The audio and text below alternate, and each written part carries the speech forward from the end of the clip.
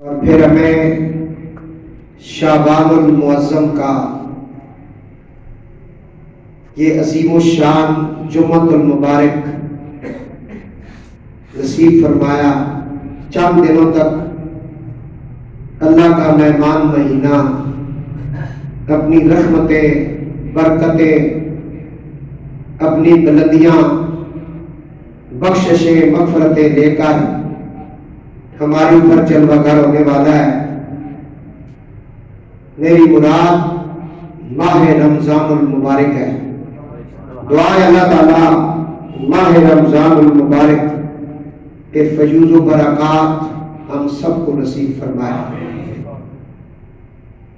رمضان المبارک کی بہت بڑی فضیلتیں ہیں۔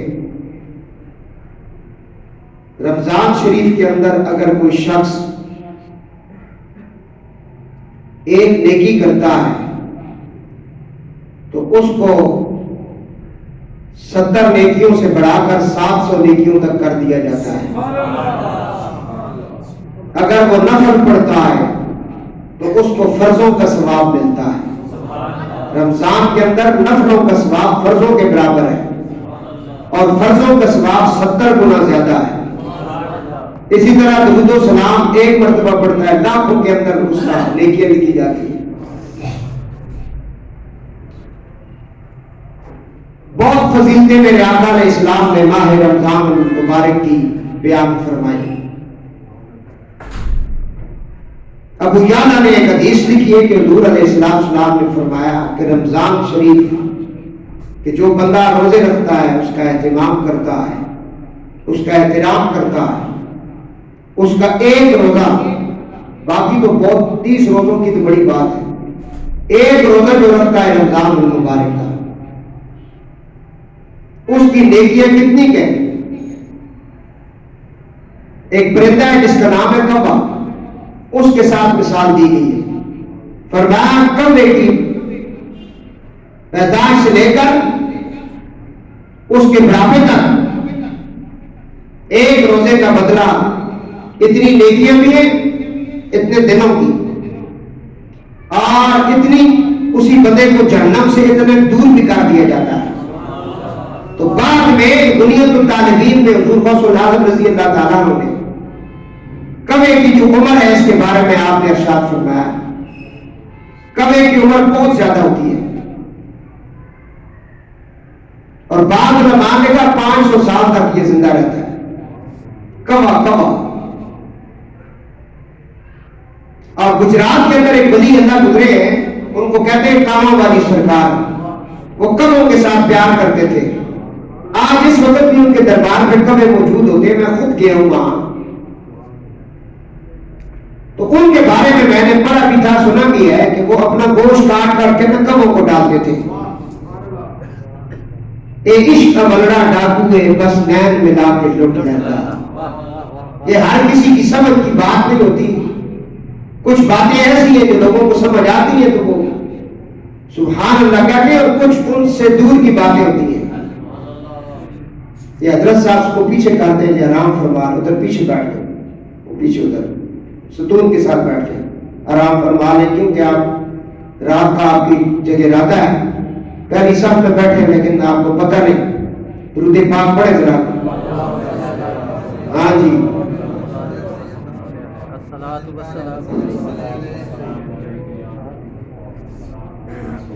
پھر پڑھو۔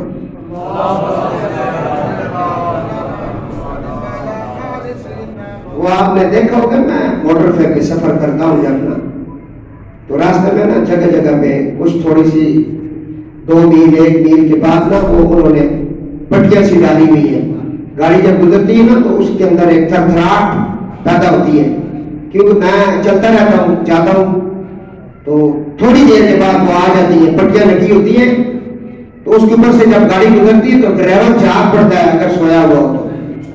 نہیں سمجھ آ رہی آپ کو؟ تاکہ یہ جاگتا رہے، گاڑی چلا رہا ہے، اس کے ساتھ اور جانے بھی ہیں، یہ اس کی اپنی جان بھی بڑی قیمتی ہے اور یہ اس کے بڑی احتیاط کے ساتھ چلا رہے۔ اس لیے قرآن گفتگو میں بار بار کہتا ہوں درود و سلام پڑھے، جاگ کے رہے۔ الصلاۃ والسلام علیکہ یا رسول اللہ وعلی آلکہ کلام پڑھ. تو میں عرض کر رہا ہوں، فرمایا جس نے ایک روزہ رکھا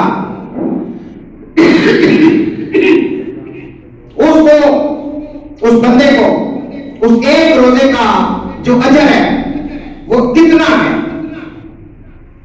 یہ حدیث پاک ہے. فرمایا اس کا اجر اتنا کا ہے کہ اس بندے کو جہنم کی آگ سے اتنی دور مسافت پہ کر دیا جاتا ہے جس طرح 500 سال ہو. اور کوے کی مثال دی ہے، کہا کوا پیدا ہوا پھر کوا بڑھاپے کو پہنچ گیا. بھائی پرندے تو اور بھی بہت زیادہ ہیں، کوے کا ذکر کیوں ہے؟ فرمایا اس لیے کہ کوا جو ہے اس کی عمر بہت زیادہ ہے. بزرگان دین نے لکھا ہے 500 سال تک اس کی عمر ہوتی ہے. کوا میں کوے کی بات کر رہا ہوں. تو میں نے گجرات کے ولی اللہ کا ذکر کیا ہے، حضرت کامو علی سرکار رحمۃ اللہ علیہ. آپ کے ساتھ ہی میں گیا تھا، آپ کو یاد ہوگا، نہیں یاد ہے پھر مجھے لے جاؤ، میں یاد کراؤں گا. ہاں جی، خرچہ جب آپ کریں گے آپ کو صحیح یاد ہوگا. سادات میں لگایا کرو، جوڑ کے نہ رکھو. ہاں یہ حضور کی الگار کیسا ہے؟ آپ کو پتہ ہے خمس کیا چیز ہے؟ جتنا مال تم زمین سے نکالتے ہو نا معدنیات، اس میں 5واں حصہ حضور کی اولاد پاک کا ہے. تمہیں زکات تو یاد رہتی ہے لیکن مال خمس یاد نہیں رہتا، اس لیے تمہارے حالات سب کے خراب ہیں. خمس کے اوپر میں نے تقریر ریکارڈ کرا چکا ہوں. اس کے علاوہ مفتی پاکستان حضرت علامہ محمد حنیف قریشی صاحب کی بہت اعلیٰ قسم کی سپیچ ہے اس کے اوپر، خمس کے اوپر. آپ سنیں اسے. انہوں نے تو یوٹیوب کے اوپر اور دوسری دیگر کو جتنے بھی ہمارے چینل کے اوپر بیٹھ کر انہوں نے بہت پیارا ایک پروگرام دیا ہے آلِ بیت رسول صلی اللہ علیہ وسلم کی. تو یہاں میں بات سنا رہا ہوں، کوے کی عمر ہے.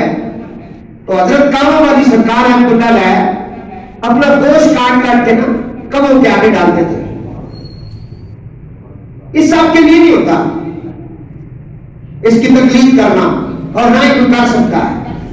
یہ صرف وہ ہوتا ہے جو صاحب حال ہوتا ہے، جس کا حال اور کال ایک ہو، جو بول رہا ہے وہ اور اس کے اندر کا حال بالکل برابر ہو. اور وہ بہت کم لوگ ہوتے ہیں، ملتے بھی نہیں ہیں، ان کو ڈھونڈنا پڑتا ہے. تو وہ کووں کو گوشت ڈالا کرتے تھے. کہا حضور آپ کووں کو اپنا گوشت ڈالتے ہیں، بڑی خدمت کرتے ہیں کووں کی. فرمایا ان کی بہت لمبی عمریں ہوتی ہیں اس لیے. فرمایا کیوں؟ پھر کیا مطلب ہے؟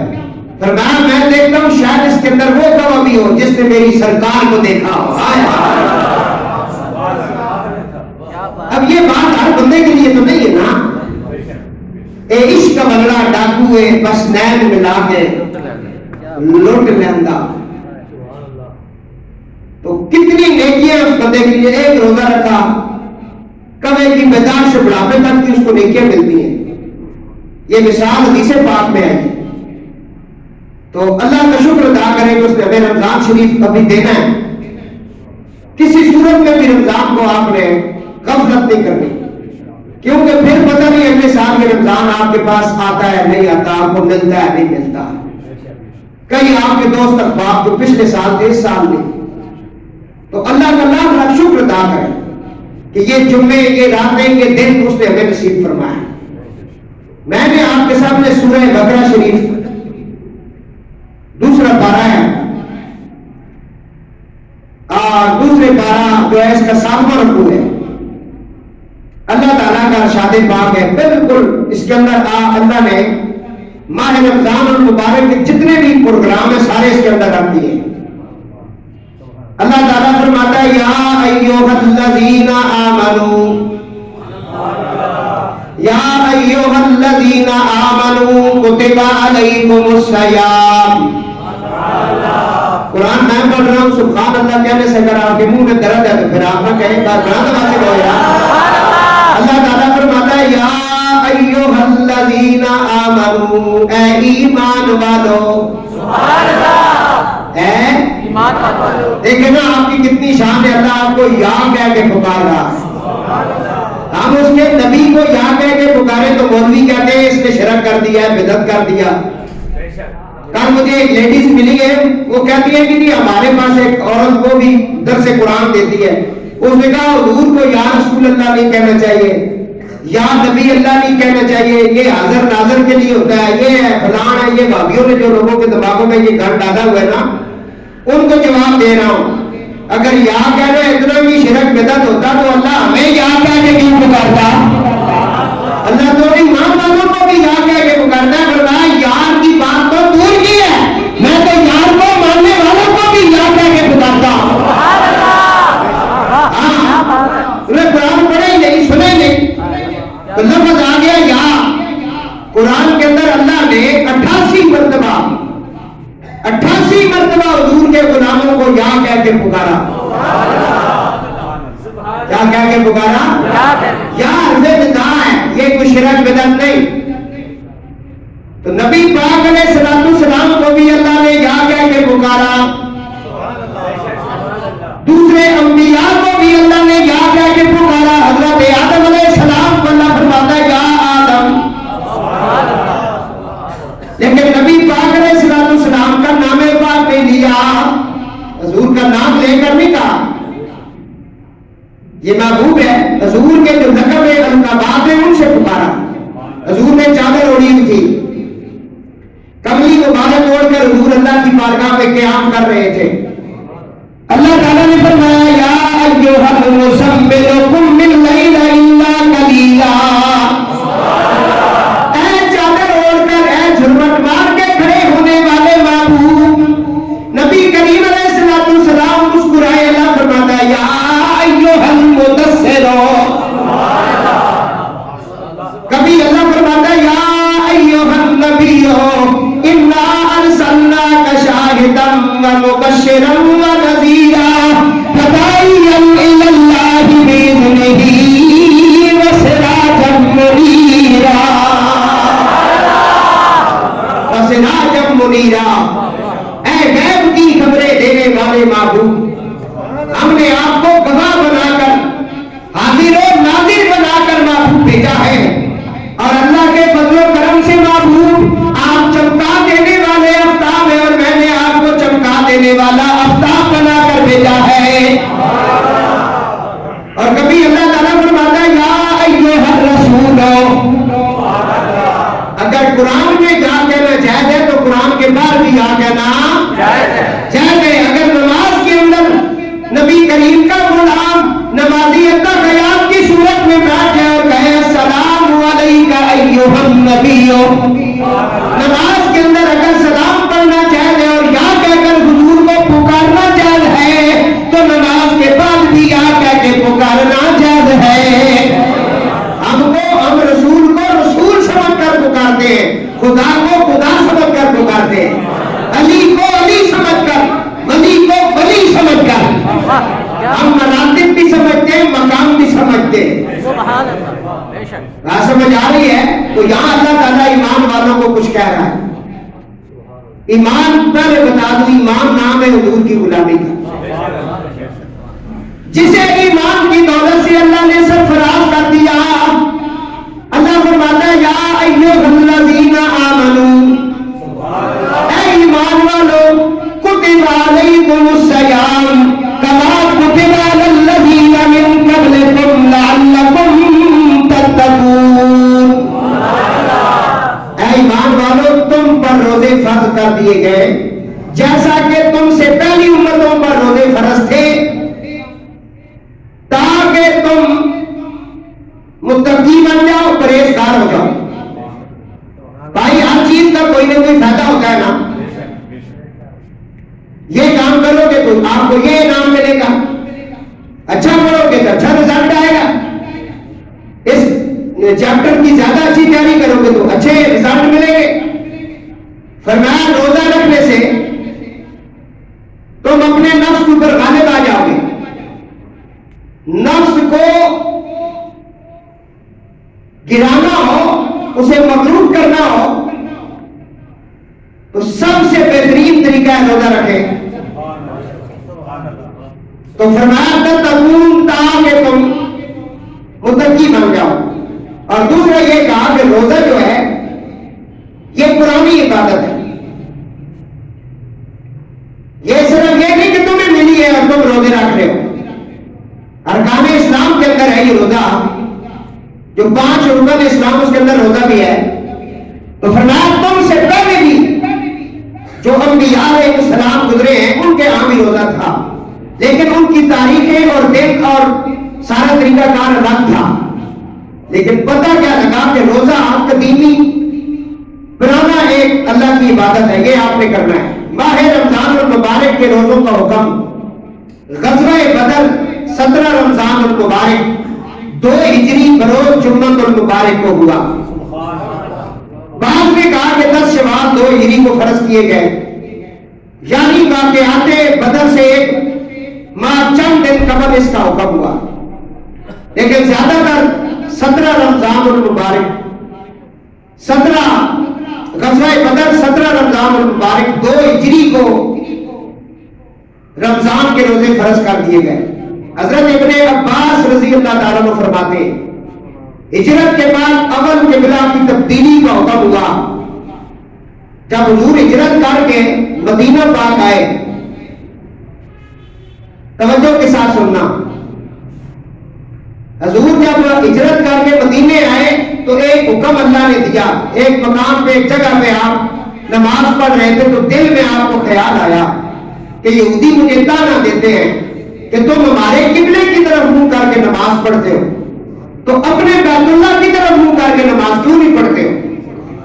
ہمارے دین کو تم مانتے نہیں ہو، عیسائیوں کے اور یہودیوں کے دین کو تم مانتے نہیں ہو، تو پھر تم ہمارے قبلے کی طرف مسجد اقصی کی طرف منہ کر کے کیوں نماز پڑھتے ہو؟ بیت المقدس کی طرف منہ کر کے نماز کیوں پڑھتے ہو؟ یہ حضور کو تانے دیتے تھے یہ یہودی، اور یہ اصلی دشمن ہے یہودی. اس کی اینڈ میں جا کے میں تھوڑی سی طبیعت کروں گا اس یہودی کی ٹھیک. اس کے چہرے چاٹے پاکستان میں بھی لگے ہوئے ہیں، یہ جو کچھ بھی ہو رہا ہے یہ یہودی کر رہے ہیں. تو وہ میں اینڈ میں بتاتا ہوں ذرا تھوڑا سا. تو یہاں یہ بتا رہا ہوں کہ یہودی حضور کو تانا دیتے تھے کہ آپ ہمارے بیت المقدس کی طرف، بلکہ حضور بیت اللہ کے اندر رہ کر کے بھی منہ آپ مبارک جو ہے بیت المقدس کی طرف کرتے تھے.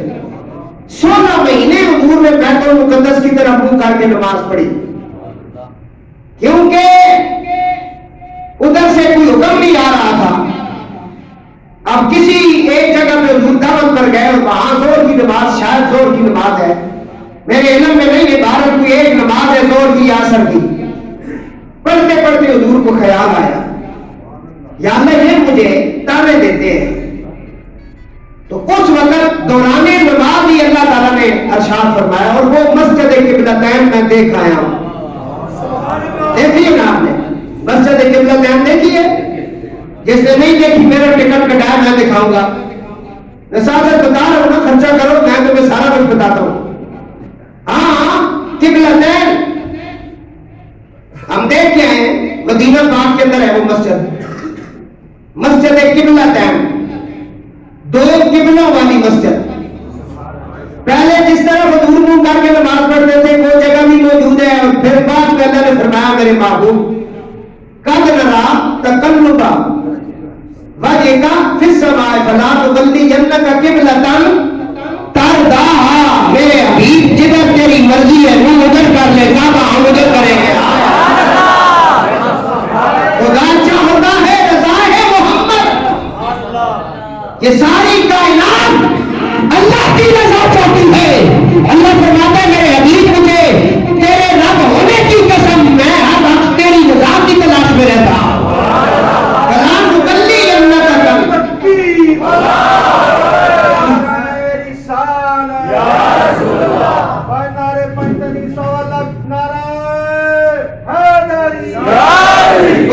قبلہ جو جس جگہ چینج ہوا نا، پڑھتے پڑھتے خیال آیا ادھر کرے. پہلی 2 رکعتیں ادھر پڑی ہوئی تھی، اب خیال آیا ادھر سے منہ ادھر کر لو. فلاں ولی جنت کا جدھر میرے محبوب جی چاہتا ہے منہ ادھر کر دو. حضور کیونکہ چاہتے تھے نا میں ادھر منہ کروں جو میرے باب ابراہیم نے بنایا ہے. آپ نے پھر حضرت ابراہیم علیہ السلام کا بنایا ہوا جو گھر تھا بیت اللہ شریف تھا، جو پوری کائنات کا سینٹر ہے، کعبہ ابھرنا، اس کی طرف آپ نے منہ کر لیا. پھر قرآن کہتا ہے بکہ مبارکن ان اول بیت وضع للناس کہ وہ پہلا گھر جو لوگوں کی ہدایت کے لیے ہے، بیت اللہ کی وہ ساری آیات آ گئی. تو قبلتین حضور نے منہ ادھر کر دیا. یہ ہجرت مدینہ کے بعد پہلا حکم آیا. میں جب سلام پڑھتا ہوں اصل لوگوں کو سمجھ نہیں آتی. وہ کہتے ہیں کہ یہ سید ہے تو زیادہ تر سید بس آل بیت کا ذکر کرتے ہیں. تو میں کہتا ہوں تمہارے باپ کا کروں پھر کس کا کروں؟ کرنا ہی ان کا ذکر ہے جن کا قرآن میں ہے. تمہارے باپ دادا کا ذکر تو قرآن میں نہیں ہے، سادات کے باپ دادا کا ذکر تو ہے. ہمیں تو قرآن بار بار کہتا ہے کل آسانکم علیہ اجرا الا المودۃ فی القربى انما یرید اللہ لیذهب عنکم الرجس اہل البیت ویطہرکم تطہیرا فقل تعالوا ندعو ابناءنا وابناءکم ونساءنا ونساءکم وانفسنا وانفسکم ثم نبتہل فنجعل لعنۃ اللہ علی الکاذبین. ہمیں تو قرآن کہتا ہے سلام علی الیاسین. ہم کیا کریں بھائی، ہم نے تو کرنا ہی کرنا ہے ذکر. کچھ سمجھ آئی ہے؟ تو میں سلام پڑھتا ہوں السلام، پڑھے آپ میرے ساتھ السلام والسلام یا امام القبلتین، اے دو قبلوں کے امام تجھ پر سلام ہو. یہ حضور کی شان ہے، حضور کے علاوہ کسی کے پاس نہیں. یا امام القبلتین، اے دو قبلوں کے امام تیرے اوپر سلام ہو.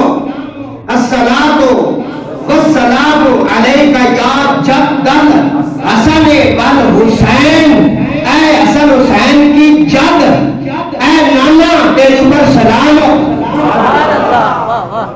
اے پڑھا کرو پھر حضور خوش بھی ہونے. اسامہ بن زید کہتے ہیں میں نبی پاک علیہ السلام کی بارگاہ میں حاضر ہوا. چلو آپ ترنم میں پڑھتے ہیں. میں مسجد نبی میں آیا تو میں عبادت کرنے کا کسی کام کرنے کے لیے اندر چلا گیا. حضور نبی کریم علیہ السلام تشریف فرما ہے. حضور علیہ السلام بیٹھی ہے، حضور کی گود کے اندر کوئی چیز ہے، ان کے اوپر چادر پڑی ہے، اور وہ جو چیز آپ کی گود مبارک کے اندر ہے وہ ابری ہوئی نظر آتی ہے. فرماتے میں اندر چلا گیا، باہر آیا، حضور کے سامنے بیٹھ کر عرض کیا یا رسول اللہ میرے ماں باپ آپ پر قربان ہو جائے، اے اللہ کے ابھی باپ کی گود مبارک میں اس وقت کیا ہے؟ حضور نے چادر اٹھائی.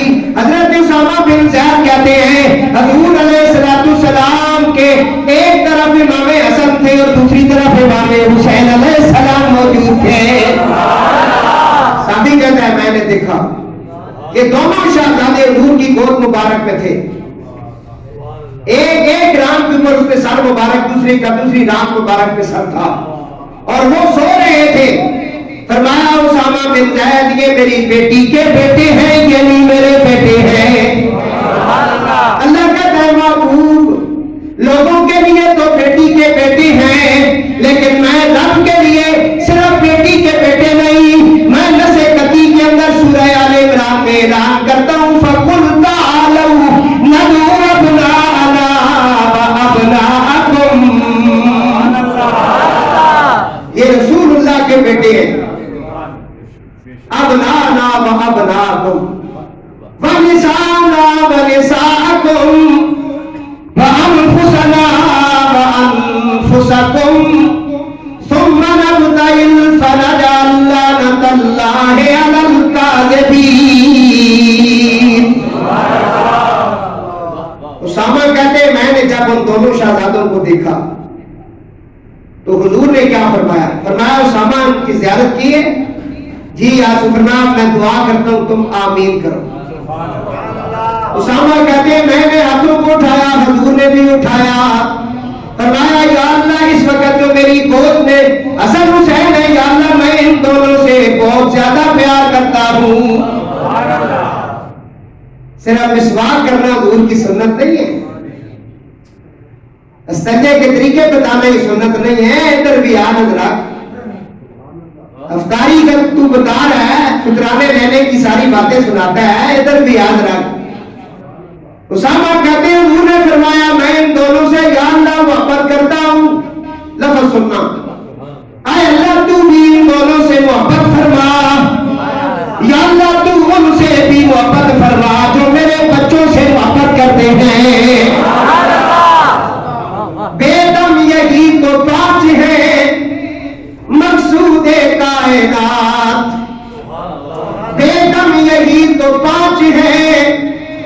رشید کائنات خیر النساء حسین و حسن مصطفیٰ علی. اور اعلیٰ حضرت فرماتے ہیں کیا بات رضا اس چمنستان کرم کی ہے، زہرا ہے کلی جس میں حسین و حسن پھول.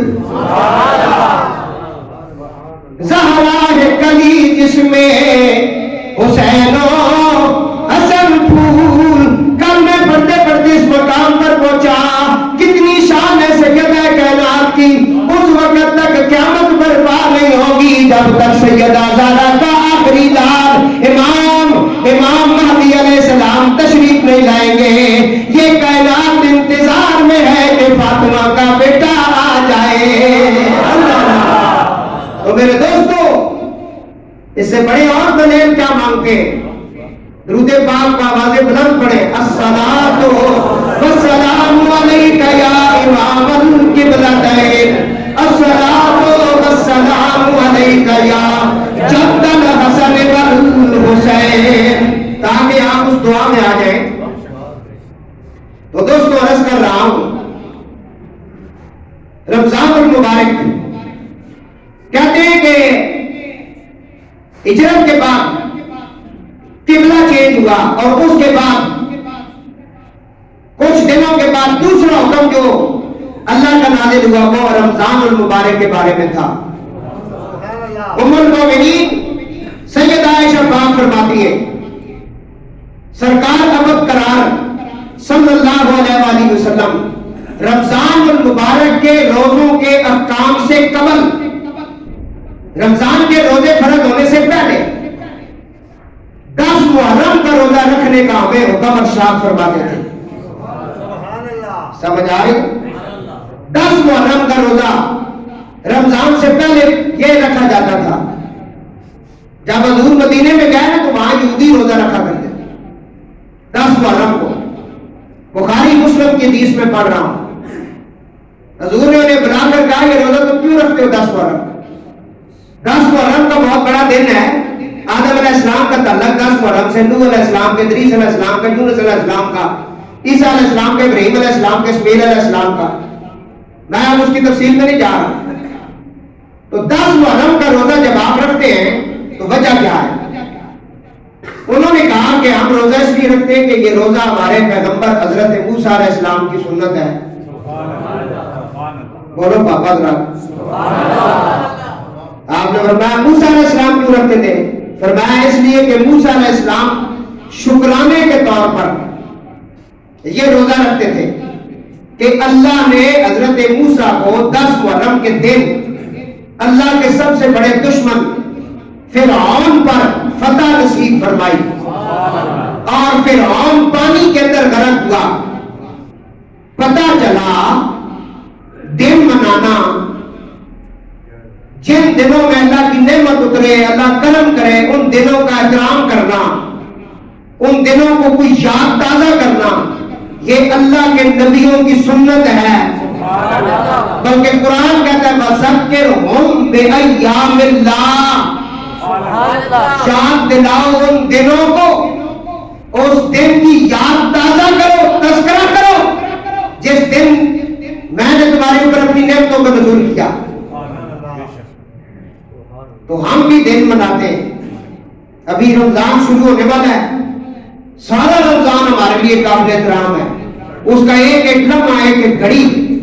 لیکن جب آخری 10 دن شروع ہوتے ہیں، ان 10 دنوں میں ایک رات ہے جسے لیلۃ القدر کہتے ہیں. کیا کہتے ہیں بھائی؟ لیلۃ القدر 1000 مہینوں کی عبادت سے افضل والی رات ہے. قرآن نے اس کو بڑا ذکر کیا. تمہیں کیا پتہ ہے لیلۃ القدر کیا ہے؟ انا انزلناہ فی لیلۃ القدر. بڑا ذکر ہے اس کا بڑا اہتمام ہے. حضور نے پورے مہینے کا اعتکاف کیا لیلۃ القدر کو تلاش کرنے کے لیے، 20 دنوں کا کیا. پھر فرمایا محبوب کو آخری 10 دنوں میں ہم نے رکھی. اس میں بھی پھر بتا دیا تھا 8 دنوں میں رکھی. لیکن حضور کو سے پاک رضی اللہ تعالیٰ دوسرے ولی اللہ زیادہ تر، جس میں ہمارے بزرگان دین اور ائمہ کرام اور اہل بیت رسول فرماتے ہیں کہ وہ رات 26واں روزہ 27ویں کی رات ہے. اللہ نصیب کرے تاک راتوں میں آپ جتنی بھی تاک راتیں آئیں گی نا ان میں آپ نماز تراویح کے علاوہ بھی کچھ نوافل پڑھ کے دعا کر کے نکلے کہ شاید کوئی رات ہو تاکہ ہم محروم نہ ہو سکے نا بات سمجھے. تو اس رات کو یاد منائی جاتی اس کا تذکرہ ہوتا ہے مسجدوں میں خانقاہوں میں اور جہاں جہاں اللہ والے ہوتے ہیں وہ اس رات کا اہتمام کرتے ہیں ذکر کرتے ہیں عبادات کرتے ہیں نفل پڑھتے ہیں توبہ کرتے ہیں ثناخوانی کرتے ہیں تقاریر سنتے ہیں. اس رات کا اہتمام ہوتا ہے کیونکہ اس رات کو کیا ہوا ہے بھائی اتنا بڑا اس رات کی عبادت جو ہے توجہ کرنا بڑی خاص بات ہے. اس رات کو ہوا کیا ہے فرمایا انا انزلناہ فی لیلۃ القدر. اس رات کو ہم نے قرآن نازل کیا ہے. ہم نے کیا کیا قرآن نازل کیا اس رات کو. جس رات کو قرآن آیا وہ رات ساری راتوں سے افضل اور اس رات کی عبادت 1000 سال کی عبادتوں سے افضل. جس رات کو قرآن آیا اس رات کی اتنی عظمت ہے تو جس رات کو قرآن والا آیا کیونکہ فرمایا حضور کی رات جو ہے اس رات سے بھی بڑی ہے. حضور نہ ہوتے تو ليلۃ القدر کہاں تھی. حضور کی وجہ سے ليلۃ القدر بھی ہے رمضان بھی ہے رحمان بھی ہے قرآن بھی ہے. فرمایا یہ تو حضور کی وجہ سے ہے تو پہلی وجہ یہ حضور ہے. تو اس لیے اہل سنت 12 ربیع الاول شریف کا جو رات ہوتی ہے دن 11واں رات 12ویں وہ اس رات کو اہتمام کرتے ہیں صلاۃ السلام پڑھتے ہیں اور صبح اٹھ کر خوشی کرتے ہیں مبارکباد پیش کرتے ہیں. کیوں؟ اس لیے کہ اس رات کو نعمتوں سے بھی سب سے بڑی نعمت رحمتوں میں بھی سب سے بڑی رحمت کائنات کا سب سے بڑی ہستی اللہ کے بعد اس رات کو جو جلوہ گر ہوئی اس کائنات میں وہ حضور کی ذات ہے. اب پتہ چلا کہ یاد منانا بزرگوں کا تذکرہ کرنا اور اس دن کو یاد کرنا. پاکستان کب آزاد ہوا ہے 14 اگست 1947. 14 اگست کا دن منایا جاتا ہے. قائد اعظم محمد علی جناح رحمت اللہ علیہ کی ولادت 25 دسمبر قائد اعظم ڈے منایا جاتا ہے. اقبال ڈے منایا جاتا ہے. یہ سارا کچھ ثابت ہے. یہ ویسی نہیں ہے یہ جو فتوے لگاتے رہتے ہیں انہوں نے بھی شرک ہے بدعت ہے یہ کہاں لکھا ہوا ہے. انہیں کہا سب کچھ لکھا نہیں ہوتا لیکن تو بیٹھنا تجھے دکھائیں لکھا ہوا کہاں ہے. کہاں سمجھائیے. یہاں جو عرض کر رہا ہوں حضرت نبی علیہ السلام رمضان کے روزے فرض ہونے سے پہلے جس روزے کا حکم آپ نے دیا مولا علی کو حضرت عائشہ پاک فرماتی وہ 10 محرم کا روزہ ہے. تو حضور نے یہودیوں سے پوچھا تم کیوں رکھتے ہو. انہوں نے کہا جی موسیٰ علیہ السلام نے یہ روزہ شکرانے کے طور پر اللہ کا شکر ادا کیا ہے. اے اللہ تو نے ہمیں فتح دی ہے اپنے دشمن پر تو ہم ان کی سنت پہ رکھتے ہیں. آپ نے فرمایا تم حضرت موسیٰ کے اتنے قریب نہیں ہو جتنا میں قریب ہوں. اس کے بعد حضور نے فرمایا آج کے بعد ہم بھی 10 محرم کو روزہ رکھیں. تو اس کے بعد جب ماہ رمضان المبارک 17 رمضان 2 ہجری کو روز جمعہ المبارک کو فرض ہو گیا تو نبی پاک علیہ السلام نے فرمایا اب محرم کا روزہ تمہارے اوپر فرض نہیں ہے یہ نفل میں آتا ہے. رکھو گے ثواب میں نہیں رکھو گے گناہ بھی کوئی نہیں. ٹھیک ہے یہ بتا دیا گیا. لیکن میں اپنے احباب جو ہیں میرے جو عقیدت مند ہیں انہیں میں کہتا ہوں کہ تمہیں اللہ توفیق دی ہے محرم میں روزہ رکھتے ہو تو پھر ایک نیت بھی کر لو نا. اچھی اچھی نیتیں بھی کر لو. اچھی اچھی نیتوں کو بھی ثواب ہوتا ہے نا. یہ پڑھا ہوا ہے نا آپ نے. اور مومن کی شان یہ کہ وہ اچھی نیت کرے ارادہ کرے تو وہ پہلی نیت دی جاتی ہے. میں نے کہا اگر تمہیں محرم مل جاتا ہے تو پھر تم نیت یہ کر لو کہ 9 محرم کا روزہ بھی رکھ لو 10 محرم کی بھی رکھ لو. زیادہ ہو تو پورے 10 دنوں کا بھی رکھ لو. ہمارے بزرگ تو پورے محرم کا روزہ بھی رکھتے تھے. کہتے کیا تھے افطاری کے وقت کہتے تھے مولا ہماری جو پیاس ہے نا یہ تو بس 18 گھنٹے 17 15 14 اتنے گھنٹوں کی پیاس ہے. صبح کھا پی کے ہم نے روزہ رکھا ہے, شام کو بھی بہت اعلیٰ قسم کی یہ 5-7 قسم کی ڈشیں ہمارے سامنے پڑی ہیں. روزہ تو ہم افطار کریں گے لیکن مولا ہم یاد منا رہے ہیں حسین ابن علی کی. میرا امام تو کئی دنوں سے پیاسا تھا, اس کے بچے پیاس کی وجہ سے بلکتے ہاں جی اس کائنات سے رحمت اور شہادت کا مرتبہ حاصل کر گئے. بات سمجھ آ رہی ہے؟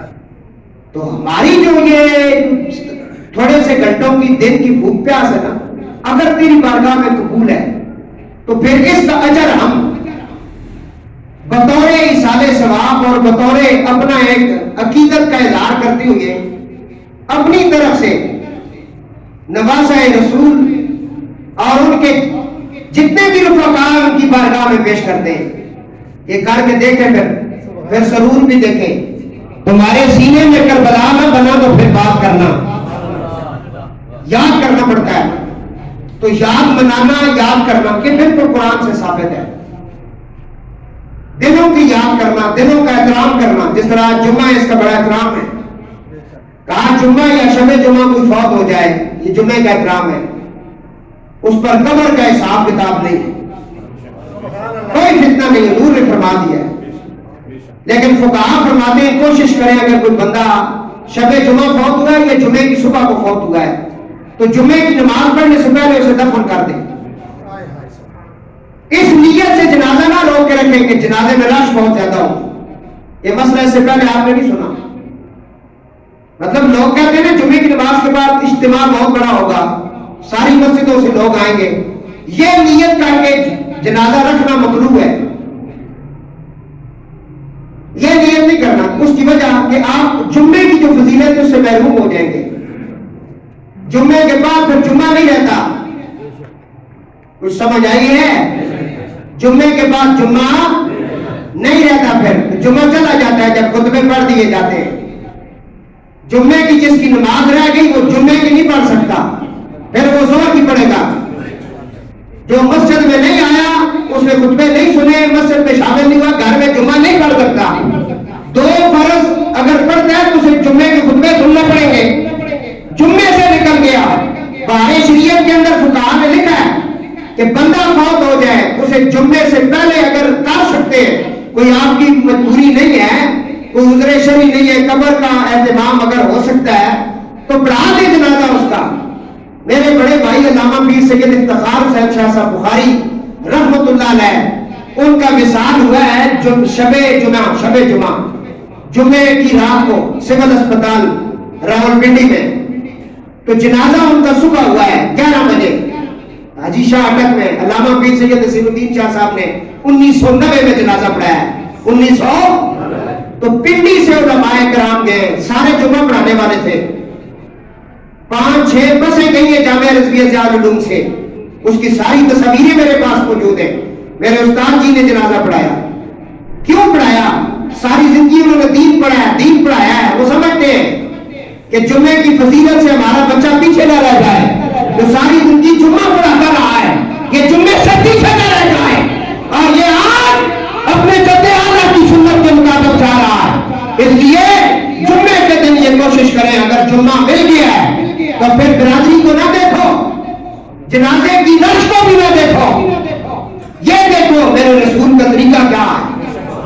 پوچھ لو نا اس وقت برادری کہاں سے تم لے آتے ہو, برادری تیل لگواتی ہے تو یہ کہاں سے آ گئی ہے.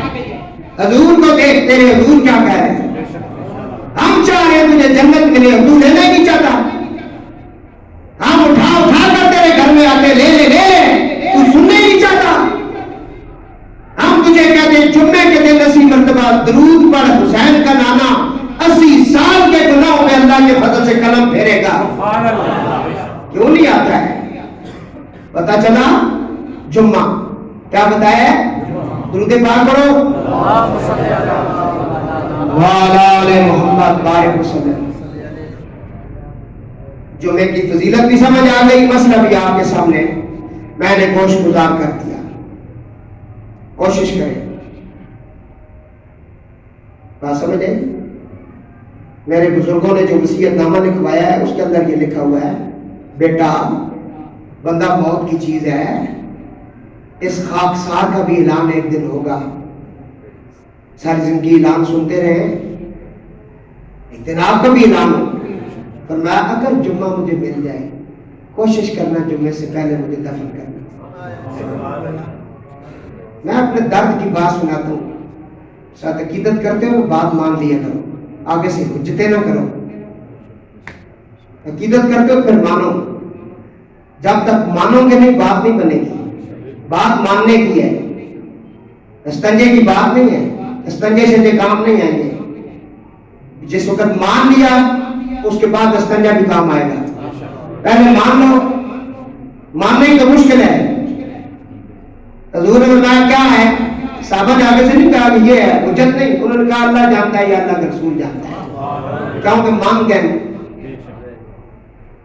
بہت سارے مسلمان مرتد ہو گئے، انہوں نے کیا ہو ہی نہیں سکتا کہ حضور رات کو معراج پر گئے، لیکن ایک دروازہ ایسا بھی تھا جہاں ماننے والا بیٹھا ہوا تھا، اس پہ دستک ہوئی، باہر دیکھا جیل بھی ہے اور مرتد قسم کے وہ نمازی بھی ہے، کہا کیوں آئے ہو؟ کہا آپ کے نبی کہتے ہیں میں رات کو معراج پر گیا ہوں، آسمانوں کی سیر کی ہے، مسجد اقصی بھی گیا ہوں، یہ سارا کچھ انہوں نے، یہ ہو سکتا ہے؟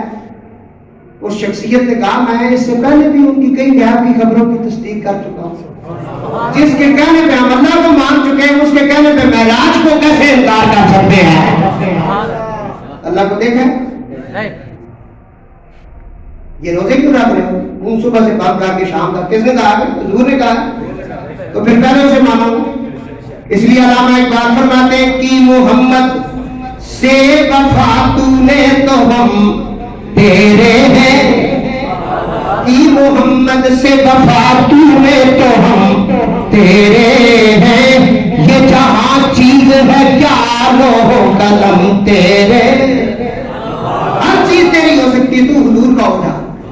تو دوستو وقت بڑا کم ہے، مسائل بہت زیادہ ہیں۔ حضرت سعید بن جبیر فرماتے کہ پہلے رات کی تاریکی دوسری رات کی تاریکی تک روزہ فرض تھا۔ شروع میں روزے جب فرض ہوئے نا تو صرف مغرب کی نماز سے عشاء کی نماز تک روزہ افطار کرنے کا آرڈر تھا، پھر ساری رات روزہ، دن کا بھی روزہ، یہ حضرت عمر رضی اللہ تعالیٰ دیگر صحابہ کی مہربانیاں ہیں، تو پھر رات والا اٹھا دیا گیا۔ پھر دوسرا قانون آ گیا کہ سحری سے لے کر افطاری تک تمہارا روزہ ہوگا، سحری سے لے کر افطاری تک تمہارا روزہ ہوگا۔ اور یہ جو یہود تھے نا ان کے ہاں بھی روزے تھے، لیکن انہوں نے پھر اپنی مرضی سے بھی روزے رکھنا شروع کر دی۔ گرمیاں جب سب کچھ شروع ہوئی تو انہوں نے کہا نہیں کہ ہم 10 دن زیادہ رکھیں گے تو سردیوں میں رکھ لیں گے، یہ اپنی مرضی لے آئے، پھر 40 کر لیے، پھر ان کا بادشاہ بیمار ہو گیا، انہوں نے 10 اس کے اندر اور شامل، 50 روزے یہ رکھا کرتے تھے۔ لیکن ہمیں ایک قانون دیا گیا گرمی ہے یا سردی، موسم جو بھی ہے، جب رمضان ہے تو تمہارے اوپر روزہ فرض ہو جاتا ہے، روزہ کیا ہو جاتا ہے تاکہ تم متقی بن جاؤ۔ ابن مسعود فرماتے ہیں کہ آقا علیہ السلام نے فرمایا اے جوانوں جو تم میں سے استطاعت رکھتا ہو وہ نکاح کرے، نکاح کو پست کر دیتا ہے، حرام سے روکتا ہے، اور جو نکاح کی طاقت نہ رکھتا ہو وہ روزے رکھے، کیونکہ روزے شہوانی قوت کو توڑتے ہیں۔ ہم زنا سے بچنا چاہتے ہیں، فرمایا نکاح کرو اور اس کو عام کرو، اس کو مشکل نہ کرو، 30 لاکھ روپے کی روٹیاں کھلانے کی ضرورت نہیں ہے، آسان کرو نا شادی کو۔ کس نے کہا کہ یہ خامہ خواہ اتنی 700-800 ہزار بندے کو کھلاؤ گے تو بھی شادی بیٹے کی ہوگی ورنہ نہیں ہوتی؟ غریبوں کے اوپر بھی ذرا مہربانی کر رہا، انہیں بھی دیکھ لو۔ بچیوں کو اگر کوئی چیز دیتے تو اسے باہر رکھ کر کے، جو گاؤں کے اندر میں نے دیکھا ہے چرمائیوں کے اوپر رکھ دیتے تو پورے گاؤں کی لڑکیاں عورتیں آتی ہیں، آج کے تکارے جی، آج کپڑے تکارے نہ تیارا جی ہونا نا، آج چیزیں تکانے نہ، وہ جڑی غریب بچیاں ہوئی انہوں نے آنسو چڑھانا، انہوں نے اندر ہی رہ جانے، اس کا پیو دے ہے تے پتہ نہیں حرام حلال کے جو کٹھا کیتا سو، اس سے سارا کچھ دے دیتا، فریج بھی دے دیتی، شہ بھی دے دیتا، سو بھی دے دیتا۔ یہ اسلام میں جائز نہیں، اسلام نے منع کیا ہے۔ اسلام نے یہ بھی کہا کہ تم پھل کھا سکتے ہو نا، کھا کر اس کے چھلکے اندر ہی چھپا کر رکھو، باہر نہ پھینکو، کہیں غریبوں کے بچے دیکھیں اور ان کا دل نہ دکھے۔ اسلام یہ کہتا ہے، اسلام کو تم نے مانا ہی نہیں ابھی تک۔ کس نے کہا کہ تم اتنی بڑی روٹیاں اور ولیمے کھلاؤ اور ہوٹلوں والوں کو پیسے دو، یہ سارا کچھ کیوں کرو؟ ایک ہاتھ میں لو، شادی کو اتنا کا آسان کرو کہ نکاح کرنے میں مشکل نہ ہو۔ بہت اچھے اچھے رشتے لوگ چھوڑ دیتے ہیں کہ اس کے ماں باپ جو دے کچھ نہیں سکتے، کئی غریب بچے اسی طرح بیٹھی رہ جاتے ہیں، کوئی نہیں کرنے کے لیے تیار ہے۔ اسٹینڈرڈ دیکھیں، اسٹینڈرڈ دیکھیں، اسٹیٹس دیکھیں، اس کا میرے برابر ہے، پھر شادی کر سی پترے نے، پھر پتر اگر نیشنلٹی ہے اس میں پیر تو زمین اوپر ہے ہی نہیں نا، وہ تو آسمانوں کے لائن پیر تے جیل بھی نال اللہ نے فضل اللہ ڈاکٹر فیل ہے۔ اے جیلوں میں چلے جاؤ، گجرات میں چلے جاؤ، دینے چلے جاؤ، میر پور دار کشمیر چلے جاؤ، بالکل جیل کا مار۔ اتنے میں پھر غریباں یا بچیاں جنا ایم اے کیتے ہیں، ماسٹر کیتے ہیں، وہ انہوں نے بند دیتی جاتی ہیں جانوراں نال، اور جانوراں والے سلوک ہونے یہ سارے کیس میں روز سننا۔ اس واسطے دوسرا سب تو پہلے اپنے بہنوں بھراواں تک کوئی جائے جس نے دی بہن تو سے نکال آ جلے، برادریاں مضبوط ہوں، ہم پلہ کف کف کہتے ہیں، کف کف کا خیال رکھیں۔ رمضان میں نہیں قبول ہونے، رمضان اصل لینا پہنا فرمایا پہلی بات ہے اگر تو نکاح کر سکتا ہے، حضور نے فرمایا کر لے۔ حضور کے دور میں نکاح بہت آسان ہو جاتے تھے، نکاح میں حق مہر بھی اتنا لکھوائیں جتنا کو دے سکتا ہے، ایک ظلم بھی نہ کرو، 15 لاکھ 20 لاکھ اس لڑکے کے دکھا بھی نہ تکو سی یہ لکھنے بن گئی۔ پھر ہونا کہ تھوڑے جاڑے کڑی بسنی ہے کیونکہ پیچھے ماں بھی ہونی ہے نا، اس کا بھی بڑا چکر ہونا ہے بسانے تے بہنا نہ بھی تے ادھر کر جس گھر بیاہ گیا نہیں اتنے پھر نندا بھی ہونی، انہوں نے سپیڈ لائی ہونی، وہ کڑیاں پھر گھر بہ رہی اور جڑا جان نہیں چھڑا سکتا، کیوں؟ اب میں زیادہ لکھے ہے، وہ کہنی تو طلاق دے، کیوں؟ کچھ ہاتھ پیر دینا کرنا۔ اسلام کیا حالات حق مہر اتنا باندھے جتنا کو دے سکتا ہے، حق مہر کے بغیر عورت کا جسم مرد پر حلال ہی نہیں ہوتا۔ ایسا کیسے ساوا پوچھے نے مسئلے آگے، جو بندہ حق مہر نہیں دیتا وہ زانی ہو کر مرتا ہے، کہاں نکاح ہے؟ حضور کے حسابی ہے، فرمایا نکاح کرنا چاہتا ہوں، فرمایا تو حق مہر میں کیا دے گا؟ بات کچھ بھی نہیں ہے، صرف قرآن کی 2 صورتیں یاد ہیں۔